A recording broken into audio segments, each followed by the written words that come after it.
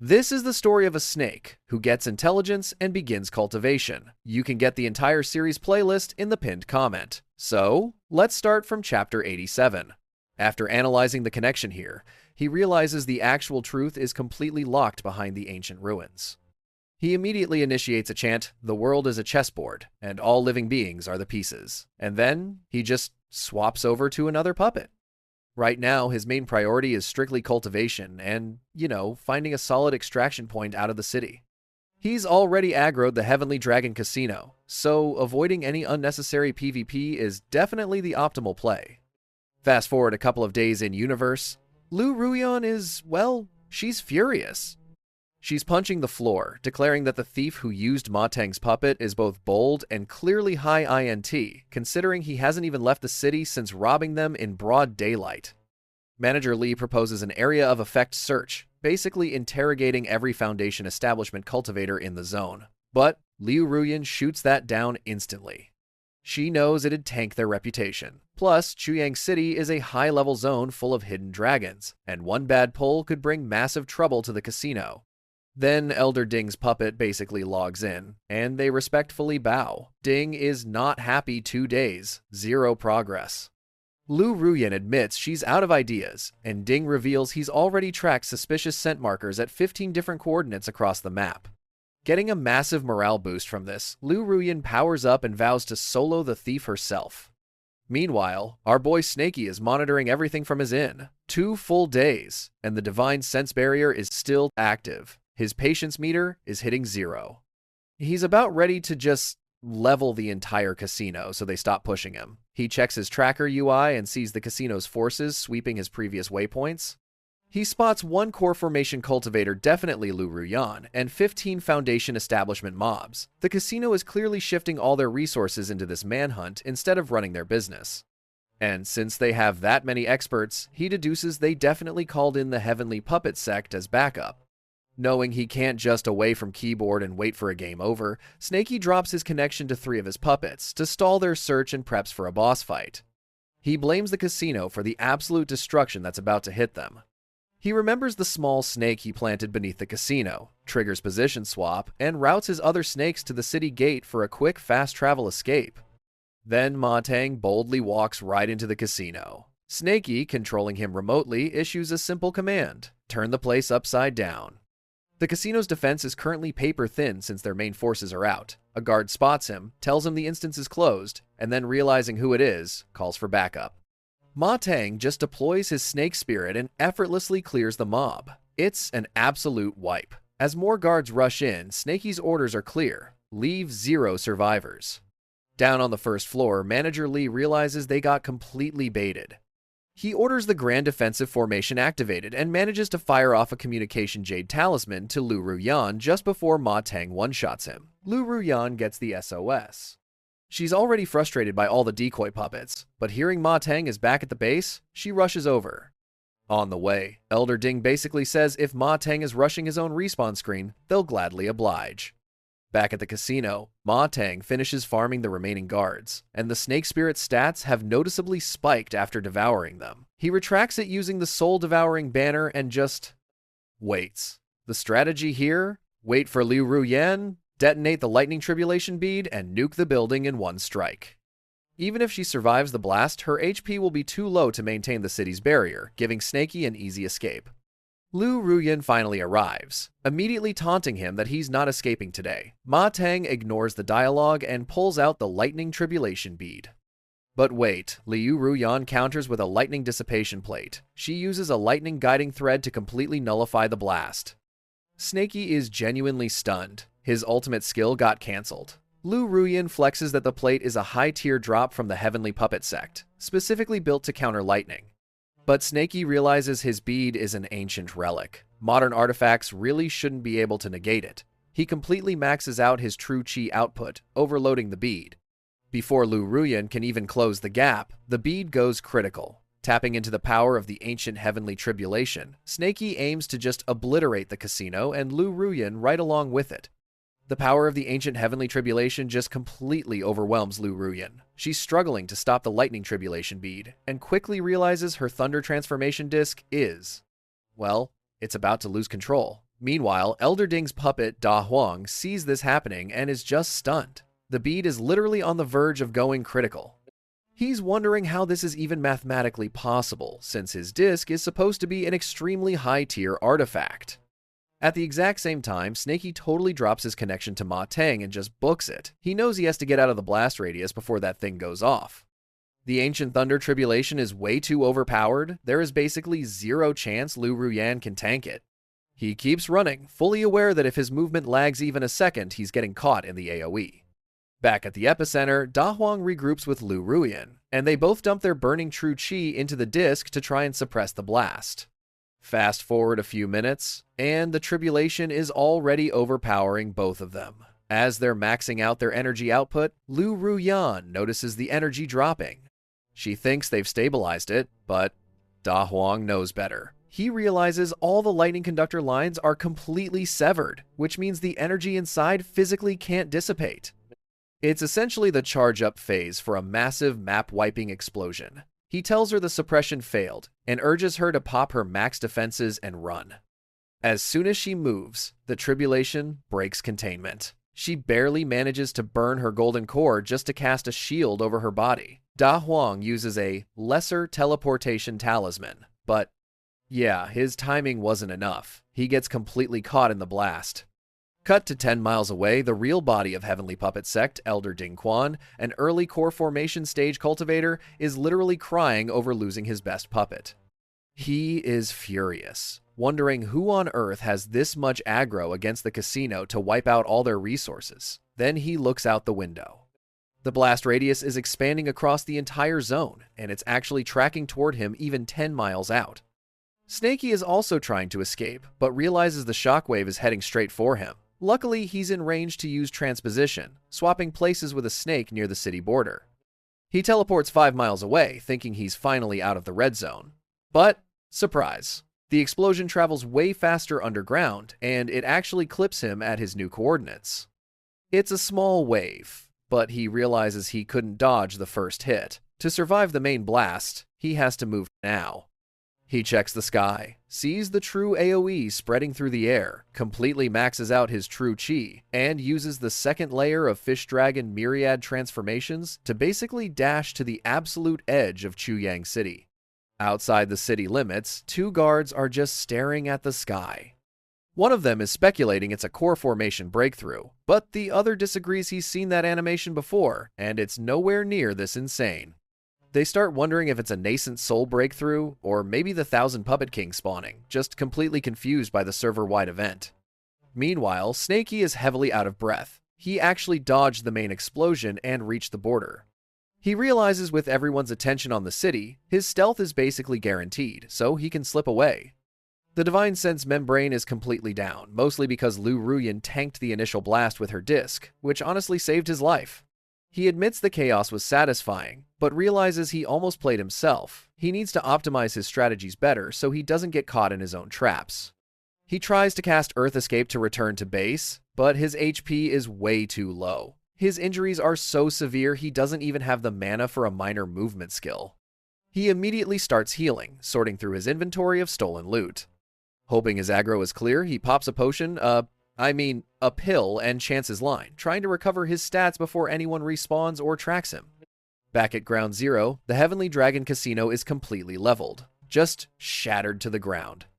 Lu Ruyan survived by burning her core formation stage stats for defense, but she is heavily debuffed and injured. She realizes the casino is officially defunct, but she's just relieved she didn't get a game over. Moments later, Elder Ding arrives, shouting her name. He's frantically searching around, until a weak voice calls out from the ground. He looks down and realizes he literally just stepped right on Lu Ruyan's face, which was hidden under a wooden plank. He just stands there awkwardly, realizing that even if she had 1 HP left, he might have just dealt the final blow by accident. Elder Ding is basically panicking at this point. He tries to get her out of the down state, and quickly realizes her golden core is practically at 0 mana, plus all 4 of her limbs have the broken debuff. He manages to pump some of his true chi into her, just trying to stabilize her HP enough for extraction. After recovering a bit of strength, she immediately demands revenge. Ding assures her that the target is only an early Foundation establishment noob, and even if he survived, the AoE blast definitely tanked his HP. He then deploys Da Huang's backup units San, Shi, and Wu Huang and sets them on a tracking mission to hunt down the aggro. Shifting back a few minutes, Zhao Kui, or, let's just call him Simp, is at the safe zone with his parents. His dad is giving him the standard tutorial dialogue, telling him to stop playing so aggressively when he gets back to the mountain moving sect. Simp just smiles and says he only came back to escort them out of the PvP zone. Once he heads out, he spots the massive Thunder Tribulation AoE in the sky. He's stunned, actually wondering if that OP Tian Kui Zong player from the casino instance is behind the server-wide event. Suddenly, a voice pops up behind him. It's Xiaolan, the girl who literally carried him through his wilderness survival phase a few months back. He bows, acknowledging the massive debt, but tells her his faction is locked to the mountain moving sect. Her solution? She'll just, server transfer to his sect. Simp's paranoia instantly spikes. His charisma stat is garbage, and he literally never equips the bath buff, so his internal alarms are screaming that this is a honey trap.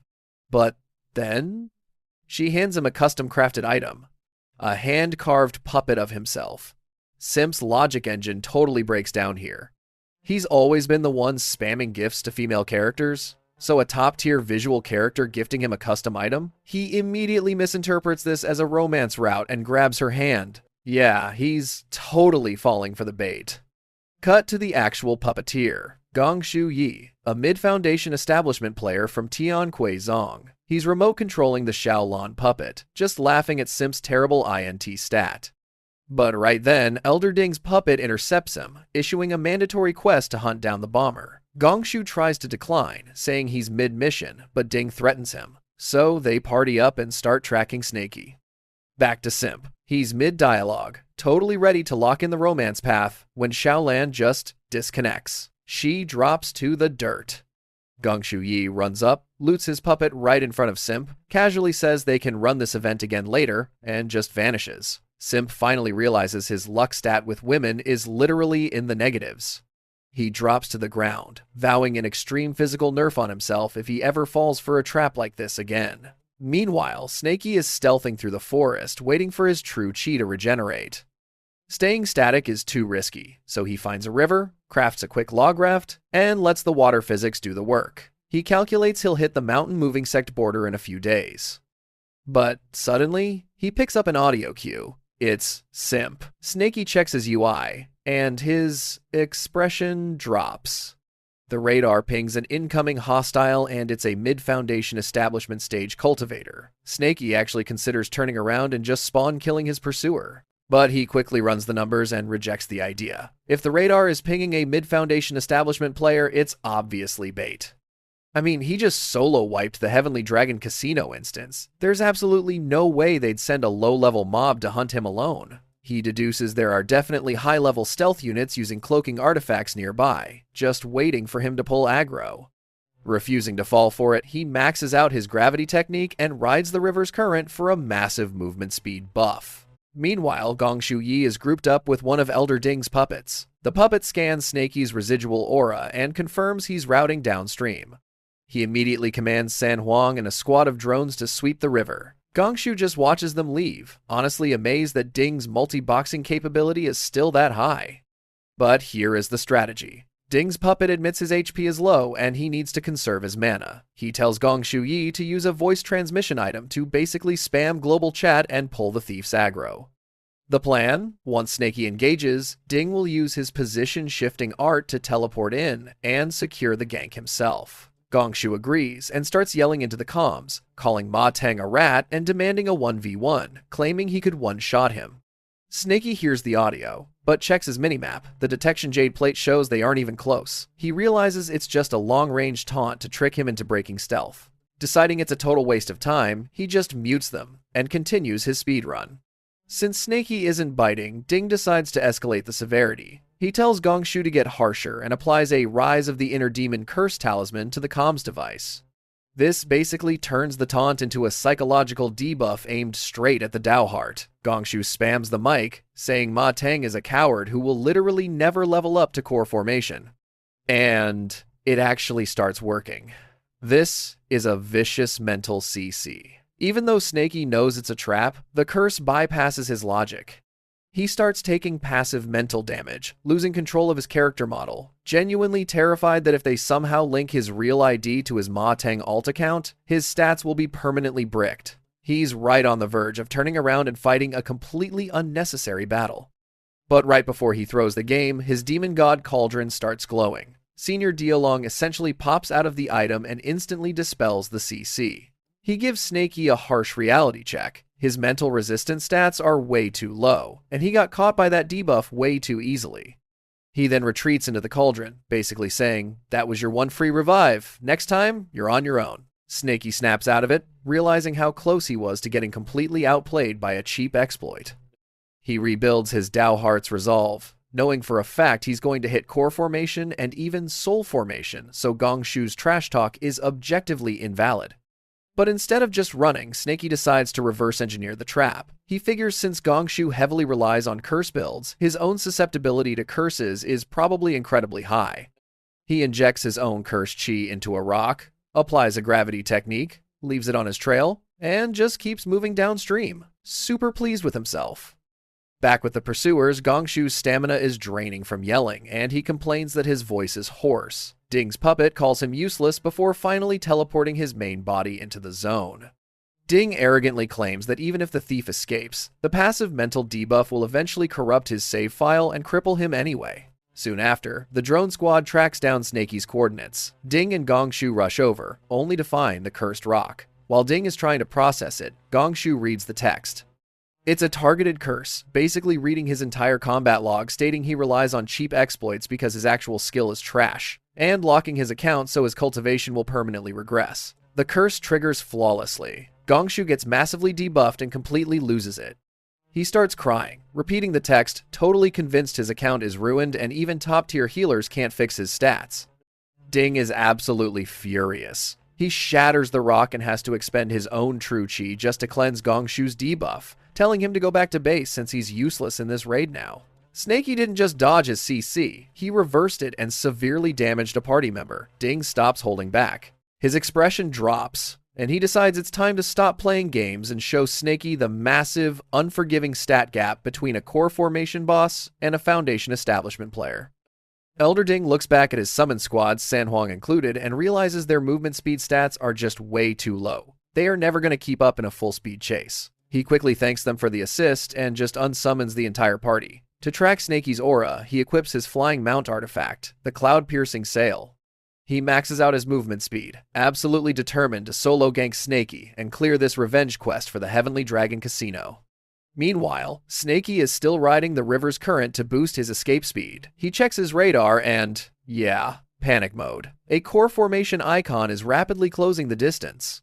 His earlier theory was spot on. The mid-foundation establishment player was totally just bait to pull aggro, while the high-level carry stayed in stealth. The speed gap is just too massive. Snakey runs the calculations and knows he's getting caught at this pace. Plus, without his Thunder Tribulation bead and with his HP still heavily debuffed, a PvP fight against a core formation player is a guaranteed game over. So, he immediately dives underwater. His logic here is pretty solid.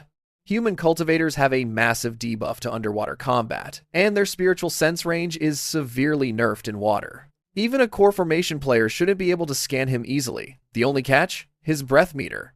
He can only hold his breath for exactly 1 hour, meaning he has to drop the aggro before the timer runs out. Up on the surface, Elder Ding actually detects an anomaly underwater and launches an AoE attack. But, surprise, it's just a decoy, a wooden plank carrying some residual spiritual energy.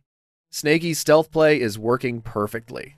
But RNG is really not on Snakey's side today. Elder Ding spots a Gobi demon mob that's maxed out at the great perfection of the spirit communication stage. Recognizing the absolute luck of this spawn, Ding hits it with a CC skill living puppet forging catfish demon and basically turns it into an underwater tracking drone to hunt Snakey down. Fast forward an hour. Snakey's breath meter is practically flashing red. He's right at his limit and knows he has to surface. But just as he's struggling, the Gobi demon swims right at him, spamming voice lines. It calls him a thief and tells him to just give up because he can't outrun a core formation player. In reality, Ding is kind of bluffing here. The puppet's underwater vision is heavily pixelated, especially after being mind-controlled for a full hour, so Ding can't actually see him clearly. Snakey is completely cornered. If he surfaces now, he gets insta-killed by Ding. His true chi mana pool is heavily depleted. Running out of options, he realizes he has to fight this puppet fish to the death. The Gobi demon initiates the attack, but Snakey effortlessly sidesteps the hitbox. Knowing he has zero time to waste, he pops his golden scales skill. It hits the Gobi demon perfectly, applying an instant physical stun. While the puppet is locked in the stun animation, Snakey follows up with a tail strike and completely shatters it. Up above, the connection drops. Ding is genuinely shocked that his living puppet got one shot. He acknowledges Snakey's insane DPS and speed, and even starts theorizing that the target isn't a human player at all, but some kind of demon beast. Before Ding can fully process this, Snakey's golden scales burst out of the water. But they aren't targeting Ding's character model, they're aiming straight for his movement item, the cloud-piercing sail. Ding completely misses the dodge window, and the scales shred the artifact. He frantically pumps true chi into the item to repair its durability, totally baffled as the scales return to Snakey's real body. Back underwater, Snakey equips his golden scales again, but he is completely out of stamina. His breath meter hits 0. He braces himself, needing to surface immediately. But then, his character model just starts breathing normally. He's completely bewildered. A moment later, Senior Dialong's NPC hologram pops up. He basically explains that the fish dragon transformation comes with a passive underwater breathing buff. It's an innate skill. Dialong is honestly just amazed, and a little amused that Snakey managed to manually suppress an automatic passive for this long. Snakey is instantly annoyed, asking why this wasn't in the patch notes or technique manual. Dialong just calmly says, "It's an instinct. I didn't think I had to explain how to breathe." Snakey decides to just drop it, considering the passive literally just saved his run, and continues his underwater escape. But suddenly, a massive blue bubble spawns right in his path. As it gets closer, Snakey realizes what it is. It's Elder Ding. He burned a third-tier magical artifact just to bypass the water mechanics and intercept him head-on. Ding glares at him, absolutely furious that he was forced to waste a high-tier item just to continue the chase. He locks onto Snakey, declaring that no matter what happens today, he's going to completely dismantle him and finish the revenge quest for Liu Ruyan and the casino.